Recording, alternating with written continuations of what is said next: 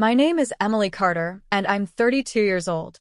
For most of my life, I believed being the responsible daughter was something to be proud of. In my family, that meant I was the one who stepped in whenever things went wrong. My parents never had much money. Bills piled up, my father's work was inconsistent, and my mother seemed to have a new emergency. When I got a stable job at 26, I started sending money home. At first, it was $300 a month. Then $500. Eventually, I was sending $1,200 every month. And nobody ever said, thank you. Instead, it became expected. If I sent the money early, everything was fine. If I was late by even a few days, my mother would call. Emily, we're counting on you. My younger brother never got that treatment. He kept his paycheck, bought things he wanted, and remained the favorite. I told myself it didn't matter.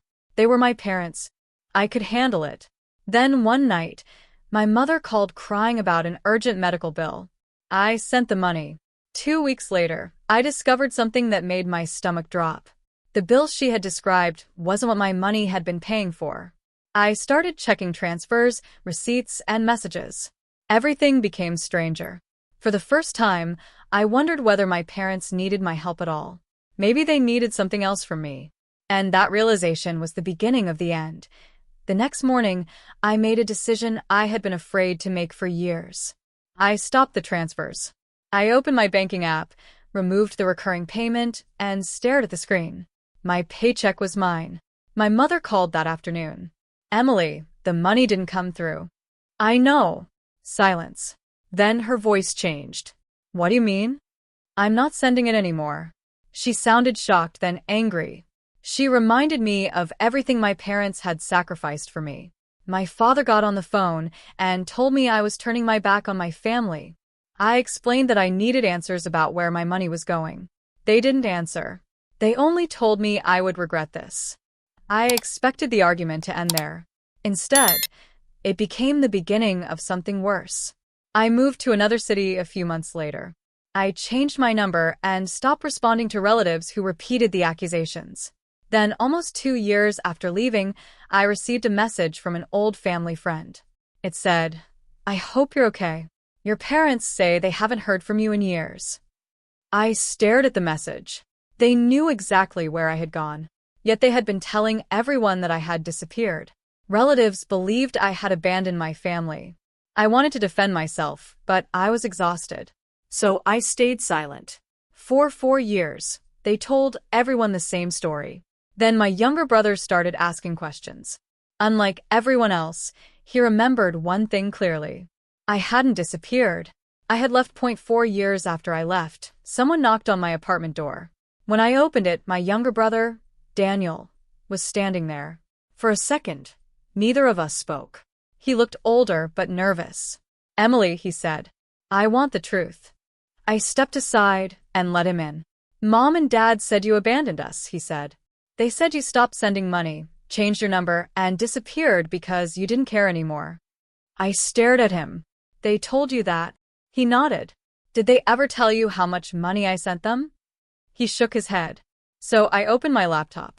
I still had every bank statement, transfer, and message. Every time my mother had said, this is an emergency. I showed him the payments. Thousands of dollars. Over several years, the total was far more than he expected. Daniel stared at the screen. Why didn't you ever tell me? Because I didn't want you caught in the middle. Then I showed him the records that changed everything. The money wasn't being used as our parents claimed. Some transfers went toward expenses they never mentioned. Other payments had nothing to do with the emergencies I had been told about. Daniel's face went pale. You're saying Mom lied? I'm saying I stopped believing the story because the numbers didn't match. He looked down. Then he picked up his phone. I need to call Mom. I nodded. He pressed her number. When she answered, he took a breath and said, Mom, I'm standing in Emily's apartment right now, and she just showed me every payment you told us never existed. My mother went silent. Then she said, Emily is confusing you. Daniel looked at me, then at his phone. No. I'm asking one question.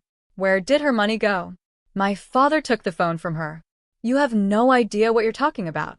Daniel's voice became firmer. Then explain the transfers. Silence. Finally, my mother said, "We used the money for the family." Daniel asked, "Which family?" She didn't answer. That was when I told him the part one had kept to myself. After years of sending money home, I discovered some had been used to cover debts connected to Daniel. Not an emergency. Not groceries. Debt.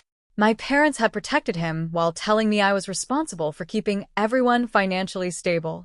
Daniel looked devastated. "I didn't know," he whispered. "I know." He sat down, covering his face with both hands. Then he asked the question I had secretly wanted someone to ask for years. "Why did they tell everyone you disappeared?" I looked at him. Because if people knew I left after discovering the truth, they would ask questions. Daniel understood. The story had never been about losing their daughter. It had been about controlling the story. He called our parents again. This time, he didn't ask for explanations. He told them he knew. My mother started crying. My father became angry. Then they asked me to come home. For 4 years, they had told everyone I abandoned them. Now, they wanted me back. But I knew why. They didn't miss me. They missed what I provided. For the first time, I wasn't afraid to say no. For the first time in 4 years, I didn't feel the need to explain myself. My parents had asked me to come home, but I knew going back would mean returning to the same role I'd spent years trying to escape. The daughter who paid the bills. The daughter who fixed emergencies. The daughter who stayed quiet so everyone else could stay comfortable. I told Daniel I wasn't coming back yet. He understood. Over the next few weeks, he started asking our parents questions himself. Slowly, the truth reached other relatives. Some apologized for believing their story. Others didn't. A few still insisted I should forgive my parents because family is family. But I had finally learned something important. Family doesn't mean unlimited access to your money, your time, or your peace. I didn't demand revenge. I didn't expose my parents online. I simply stopped allowing guilt to control my decisions. My life had changed during those 4 years. I had built a career, made friends, found a quiet apartment, and learned how peaceful life could feel when every phone call didn't come with another financial crisis. Eventually, my mother sent me one final message. She said she was sorry. But even then, most of her words were about how difficult life had become without my help. I read the message twice. Then I put my phone down. I wasn't angry anymore. I was finally free. For 4 years, they told everyone I had disappeared. The truth was much simpler. I hadn't disappeared. I had stopped being useful to people who confused my love with an obligation. And for the first time in my life, I understood that choosing myself wasn't abandoning my family. It was finally refusing to abandon myself.